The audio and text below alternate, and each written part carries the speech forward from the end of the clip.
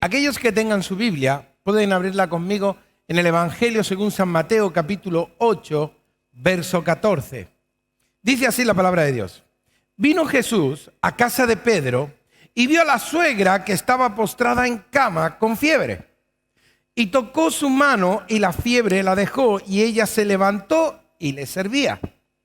Y cuando llegó la noche, trajeron a él muchos endemoniados y con la palabra echó fuera los demonios y sanó a todos los enfermos, para que se cumpliese lo dicho por el profeta Isaías cuando dijo: Él mismo tomó nuestras enfermedades y llevó nuestras dolencias. Amén. Amén. Dar un aplauso al Rey por su palabra. Cuando la presencia de Dios llega a una casa, allí pueden suceder cosas increíbles. O mejor dicho, cuando tú le das a Dios el primer lugar en tu casa, suceden cosas increíbles. Y aquí podemos ver cómo Pedro trajo a Jesús a su casa y el Señor entró y sanó a su suegra.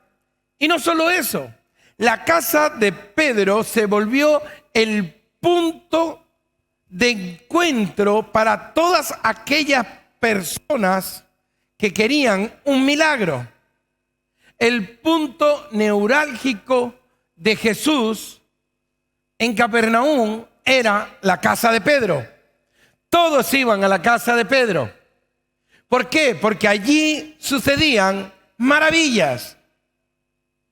Qué bueno sería, ¿verdad?, que el Señor dijese que tu casa es su casa y que se escuche por ahí que en tu casa suceden cosas maravillosas, cosas increíbles.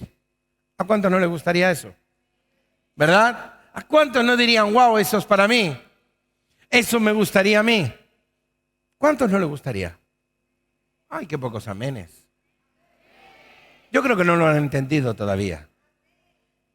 ¿A cuántos les gustaría que su casa, que Dios en su casa hiciese tantas maravillas, que la gente de la calle, de por ahí, tus vecinos, tus familiares, todos dijeran, mira, yo no sé, pero en la casa de fulanito, allí suceden cosas increíbles? Y que todos fueran allí, porque necesitan que lo que pasa en tu casa suceda también en la suya. ¿Cuántos no lo quieren?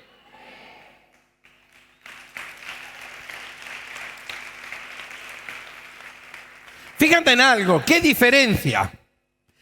Jesús entró en casa de un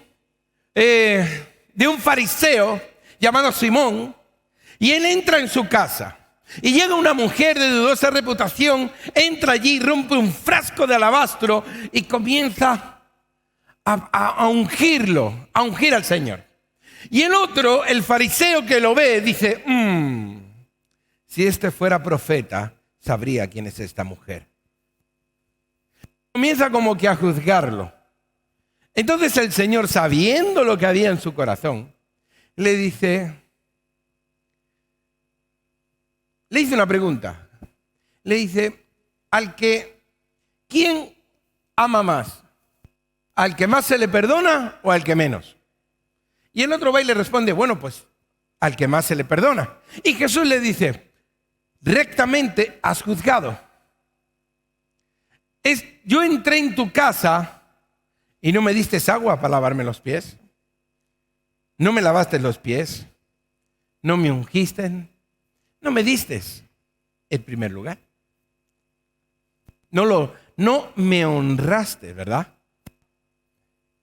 Sin embargo, esta mujer vino y ella con sus lágrimas enjuagó mis pies, los secó con sus cabellos y me ungió.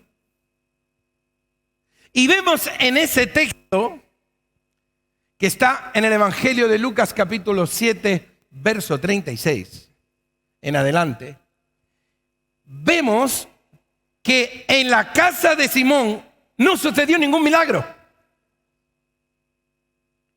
Porque no fue honrado Dios.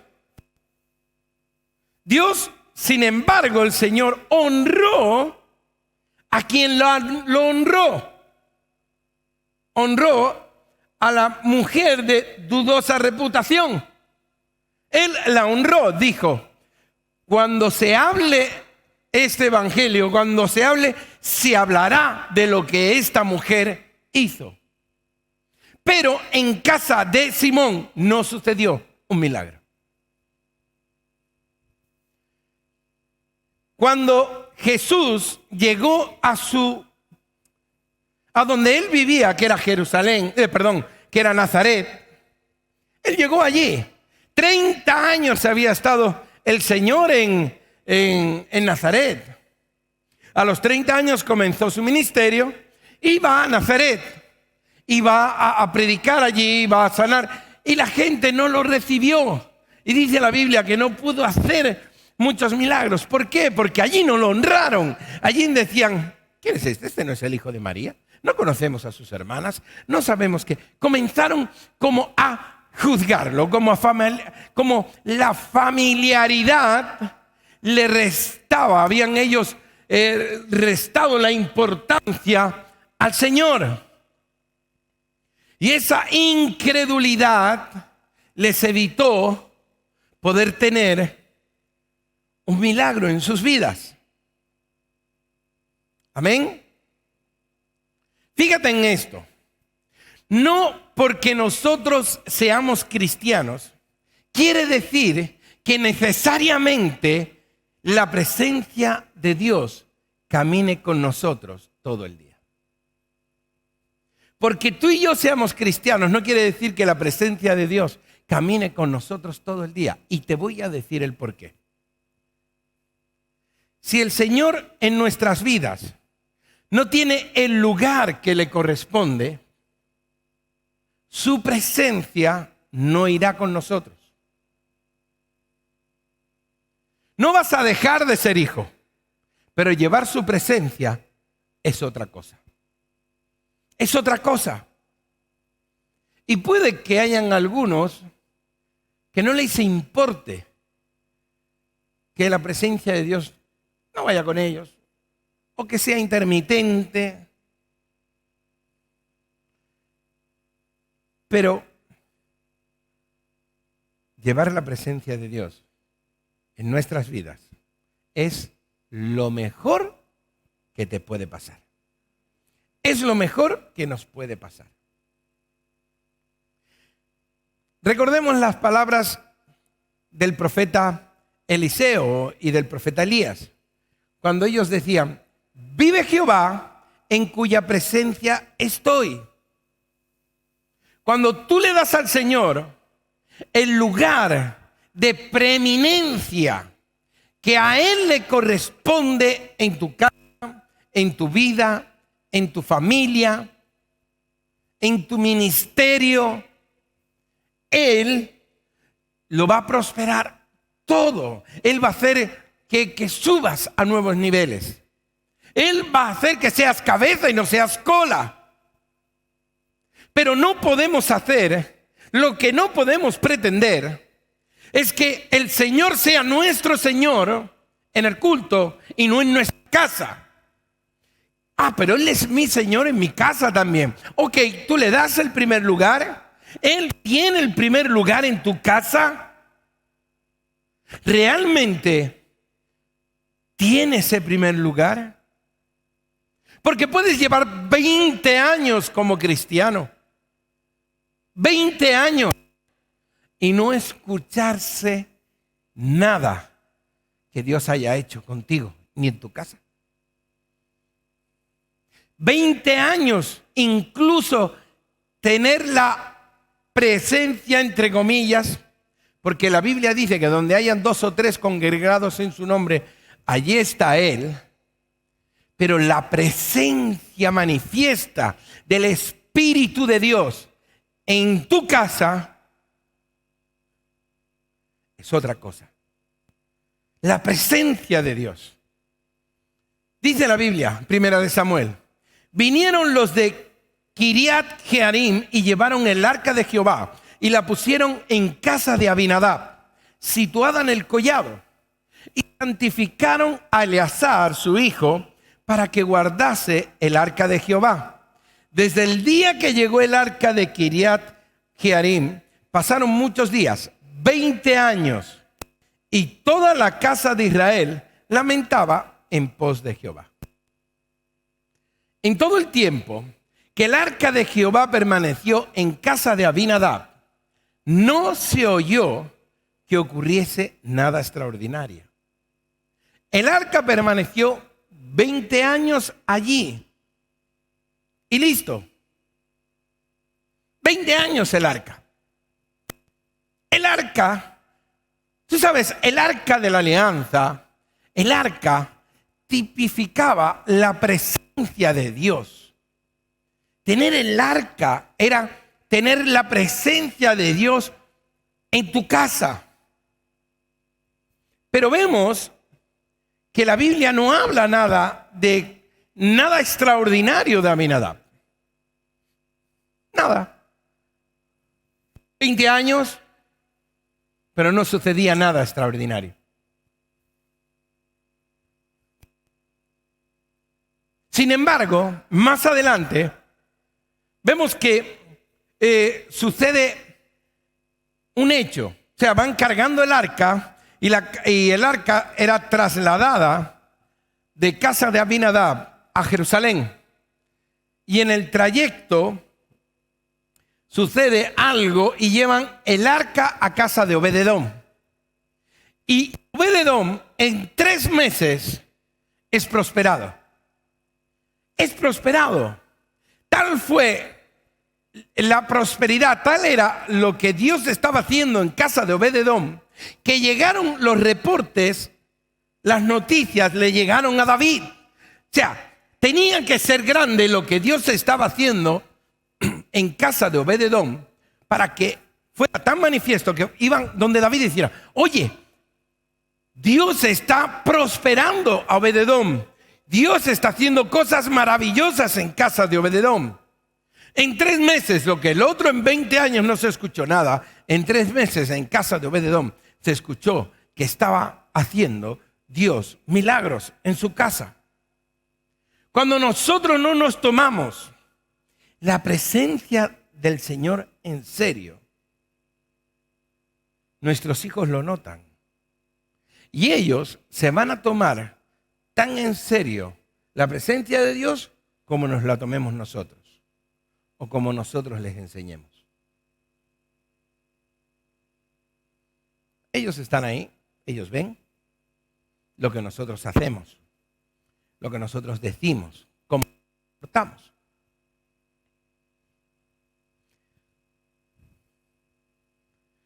En casa de Obed-edom tendrían allí el arca, un mueble más, un mueble. Tenían el televisor, el mueble, el arca. Ay, este cuadro no me cabe aquí, por allí, encima del arca. Ay, no veo, mueve el arca para allá que no veo. Un mueble más. Ya se habían acostumbrado a él.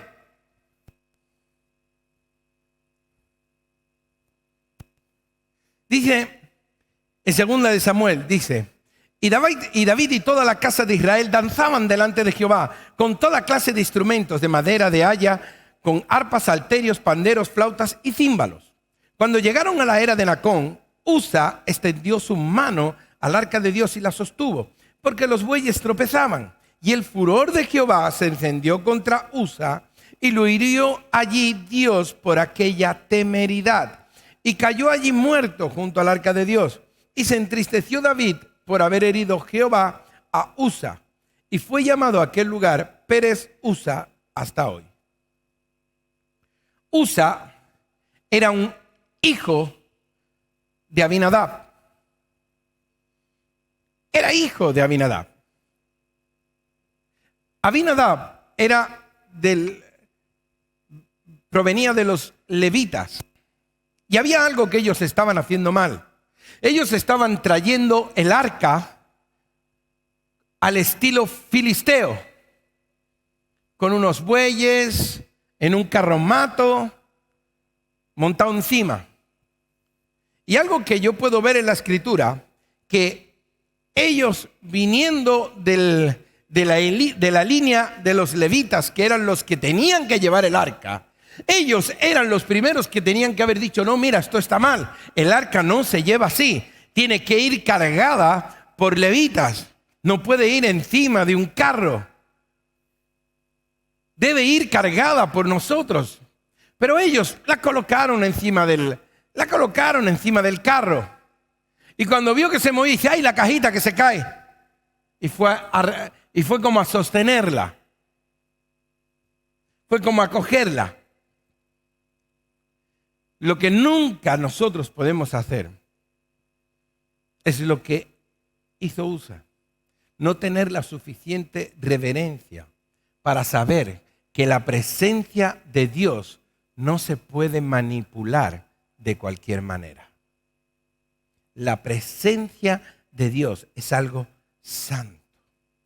Él seguramente se habría acostumbrado a ver la cajita en el salón. Y seguramente le perdió el sentido de lo que significaba la presencia de Dios. Y a mí no me gustaría que ninguno de nosotros aquí, ni los que nos están viendo, pierdan ese sentido de lo que es la presencia de Dios. Acostumbrarse a la presencia de Dios. Acostumbrarse como algo que al principio era sobrenatural, pero ya como que es algo cotidiano. La presencia de Dios es siempre sobrenatural. Siempre es sobrenatural. Y nosotros tenemos que darle a Él el lugar que a Él le corresponde. En esta iglesia, en este lugar, en vuestras casas, en tu vida, en tu familia y en cada aspecto de lo que tú vives. Él tiene que ser el Rey. Él tiene que llevar toda la gloria, toda la honra y toda la alabanza. No podemos llevar la presencia de Dios como queramos, como cualquier cosa. Métela en el carro. Oye, que se cae. Ahí Dios lo tocó, ¡pac!, y lo fulminó. ¿Por qué? Porque no había reverencia a la presencia de Dios. No había ese amor, esa hambre y esa sed a la presencia de Dios. Cuando pierdes eso, cuando te acostumbras a ello, cuando llega la presencia de Dios en este lugar, cae y tú te pones a juzgar, a hablar, a decir, bueno, mira, otra señora, pobrecita, se liberó. Ay, mira, qué bonito. Ay, mira, se sanó fulanito. Ay, menos mal. Pero lo tomas como algo, un culto más. Estás ofendiendo al Dios, al Rey de Reyes. Porque déjame decirte, hay muchos lugares que les gustaría que lo que aquí sucediera allí también. Amén.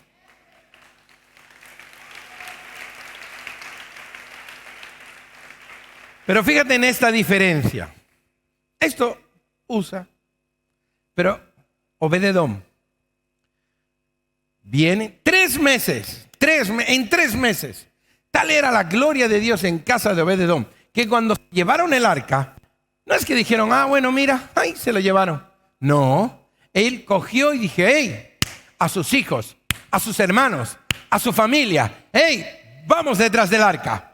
Vamos detrás del arca. Y ellos fueron detrás del arca. Y déjame decirte, los hijos de Obed-Edom y sus hermanos sirvieron en el templo. Eran los porteros, eran los que ministraban, tocaban instrumentos. O sea, ellos no se quedaron con lo que vivieron y ya está. No, ellos siguieron porque amaban la presencia de Dios, amaban al Señor y no se quedaron ahí. Mientras aquel se acostumbró y fue a acomodar la cajita, los otros siguieron al Señor, siguieron la presencia de Dios, fueron detrás de él y sirvieron en el templo, él y sus generaciones.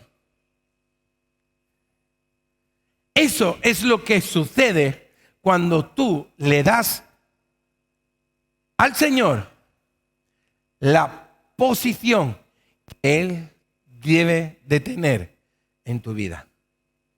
Eres no únicamente bendecido tú, tus hijos, tus nietos, tus tataranietos.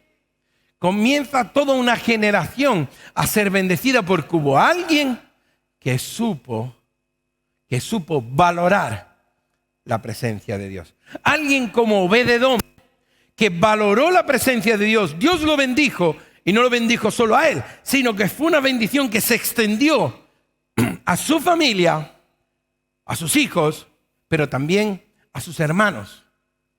A todo aquel que llegaba y se pegaba a Obed-Edom era bendecido. Y esto es lo que Dios tiene para ti. Pero escúchame bien, tú eres quien tienes que tomar la determinación en tu vida. Esto no es algo que el pastor puede hacer por ti, que la pastora puede hacer por ti, no es algo que tú tienes que hacer. Es algo que tú tienes que determinar en tu vida. Honrar al Señor, honrar su presencia, honrarlo a Él. Buscarlo a Él. Aquel tendría el arca en un lugar en el cual entrarían para buscarlo. Y Dios los bendijo. Eso es lo que Dios quiere, que tú le busques. Que no te conformes. Que no vivas una vida de 20 años diciendo, no, la presencia de Dios está conmigo. Y en 20 años Dios no ha hecho nada en tu vida. Porque eso es lo que podía decir Obed-Edom, lo que podía decir Aminadab. Tranquilamente. Le preguntaba a alguien, ¿qué tal, hermano? ¿Cómo estás ahí? Muy bien, muy bien. La presencia de Dios está en mi casa. Era verdad, el arca estaba en su casa. Representaba la presencia de Dios, pero no había presencia en su vida. No había nada que dijese realmente la presencia de Dios está sobre ti. Y nosotros parece que tenemos como aprendida la letrilla. Alguien, ¿no? ¿Qué tal, hermano? Bendecido. Amén. Súper. Gloria a Dios. Bien, bien. Pero ¿hay algo realmente que está manifestando que la presencia de Dios está contigo? ¿Le has dado el lugar que le corresponde? Porque desde el momento en el que tú le des el lugar que le corresponde al Señor en tu vida, en tu casa, con tus hijos, vas a comenzar a ver cómo la vida va a cambiar. Ay, no, pero es que mi hija no quiere venir. Tu hija no se gobierna sola. Tu hijo no se gobierna solo. Aquí tú eres el padre, tú eres la madre y se hace lo que tú dices. ¿Por qué? Porque si ellos no ven que tú eres radical con Jesús, ellos no van a ser radicales con Jesús. Y un día irán a acomodar la cajita. Y vendrá juicio sobre ellos. Pero ese juicio vendrá, ¿por qué? Porque tú no fuiste alguien que le supiste ponerle los puntos sobre las íes.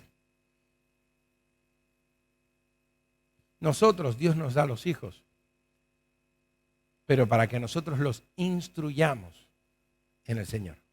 Para que tú lo instruyas, para que tú lo eduques, para que tú lo levantes. Desde el momento en el que tu hijo comienza a querer gobernarse solo y tú, por lo que sea, lo dejas, lo que tú estás haciendo no está bien, porque estás trayendo un juicio, va a venir sobre la vida de ese muchacho por tu negligencia. Pero cuando tú le dices, mira, vamos a ver, esto es lo que hay. Aquí mando yo. En mi casa, mis reglas. Y te guste o no te guste, tú vienes. No, pero es que yo no quiero, pero es que no, a mí déjame en paz. No. Aquí se hace lo que yo digo, punto y final. Y ya está, venga, vístete y tira, porque solo en casa no te vas a quedar. Y se viste, y aunque venga a regañadientes y como sea, viene, se sienta.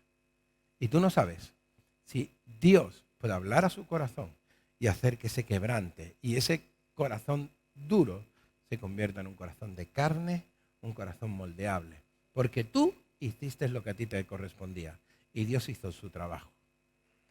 Amén.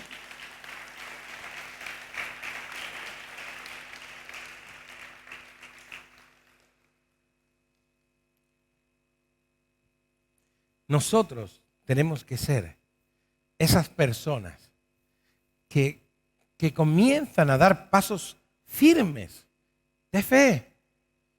Pasos firmes. Dejarnos ya de tanta tontería y de tanto rollo y de tanto, ay, es que no sé, es que sabes, es que no sé cuánto. No, mira, vamos a dejarnos de tonterías, vamos a comenzar a hacer las cosas bien y vamos a hacer lo que Dios dice. Dice, mira, yo no sé, lo único que sé es que yo quiero servir al Señor, es que yo quiero hacer las cosas bien con Dios. Y desde hoy en adelante voy a comenzar a dar pasos firmes y voy a traer la presencia de Dios a mi casa. Voy a hacer como hizo Pedro. Pedro estaba allí, escuchó el sermón del Señor, vio lo que Jesús hizo, vio los milagros que Jesús hizo y dijo, ¿cómo? Yo esto lo quiero en mi casa. Y cogió, le dijo, mira, ¿sabes qué? Vente conmigo. Cogió, se lo llevó y lo metió en su casa. Y sabes, cuando Jesús llegaba a la casa de Pedro, decían que Jesús estaba en su casa, en la casa suya, como que era la casa de Jesús. No era la casa de Jesús, era la casa de Pedro. Pero decían, Jesús llegó a casa. A su casa. A la casa de Pedro. Pero la nombran como si fuera la casa de Jesús.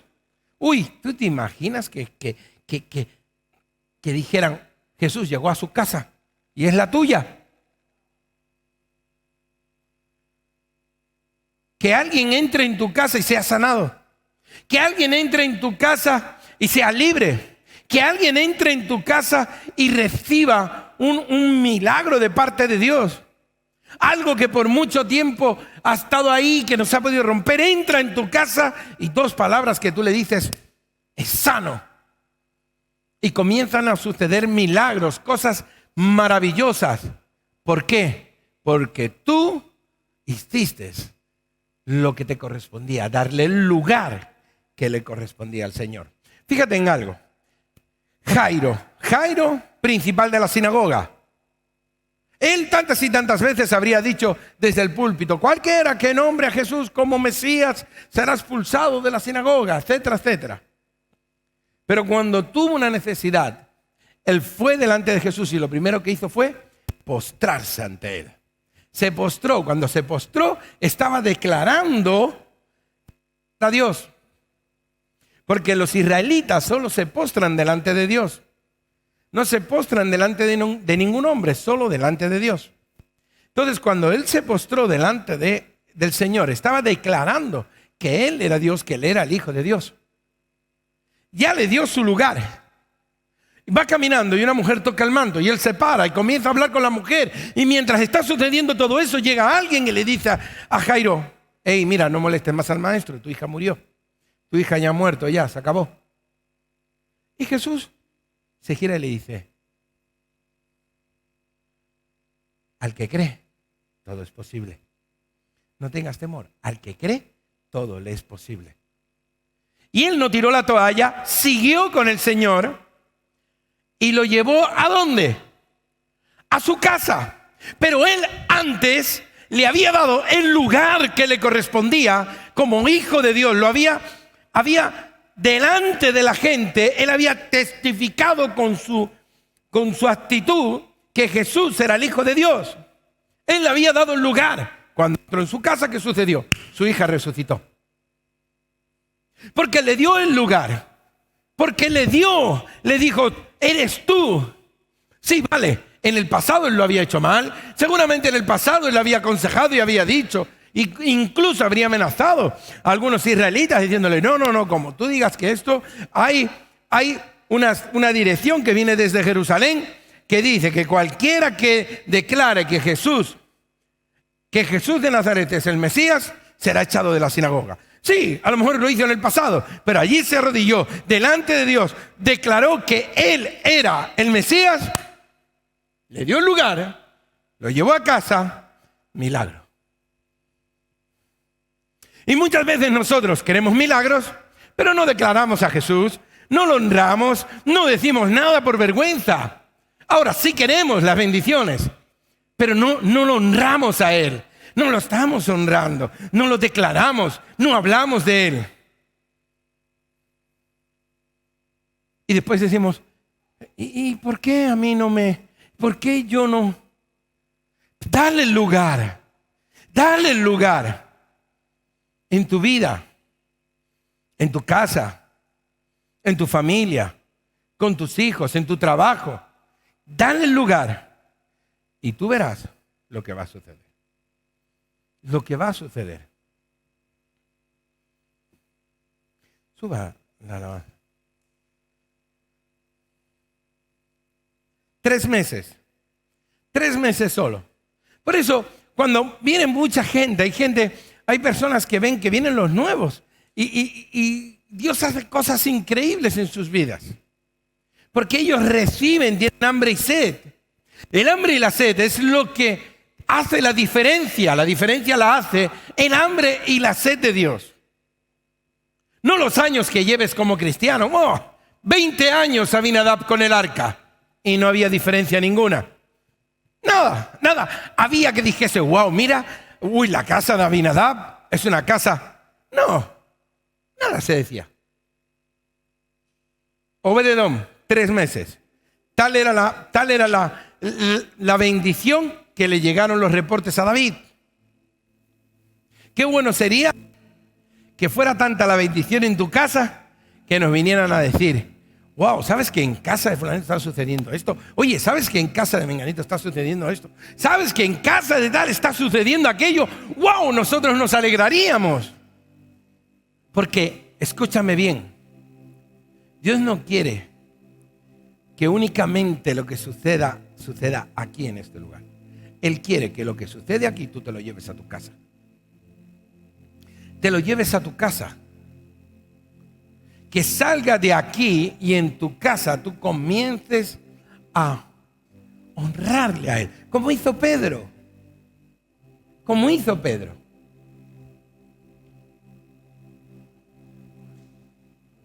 La honra al Señor en tu vida, en tu casa. El primer lugar a Él es lo que va a traer para ti un primer lugar. Es lo que va a traer para ti nuevos niveles de unción. ¿Sabéis? La unción está para las almas.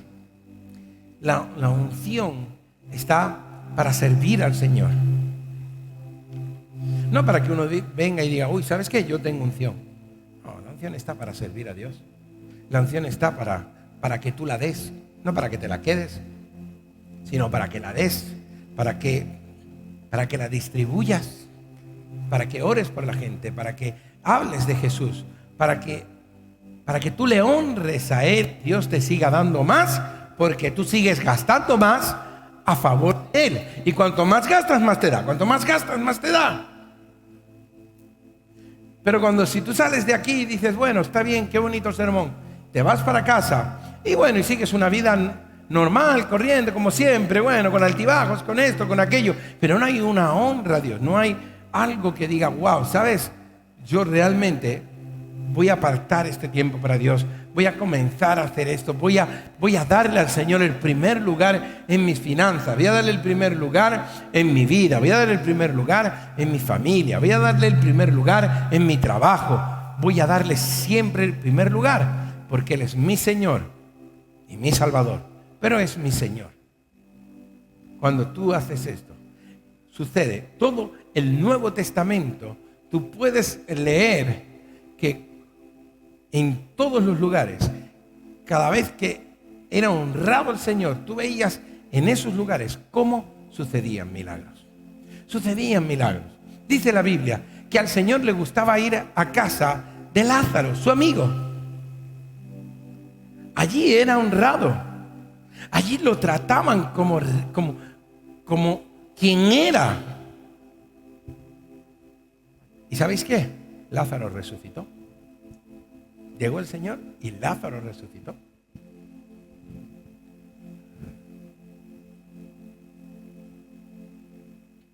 ¿Cuántos quieren eso para su vida? ¿Cuántos quieren eso para su vida? Amén. Yo quiero hacer un llamado al frente a todas esas personas que dicen, ¿sabes? Yo quiero eso para mi vida. Voy a honrar al Señor. Voy a pedirle perdón por las veces que bueno, me he acostumbrado, he pasado por alto, lo he dado todo por hecho, pero realmente quiero darle la honra que se merece a mi Dios. ¿Cuántos dicen amén? Pues pasa aquí al frente, porque el Señor también quiere depositar sobre ti lo que Él tiene para ti. Amén.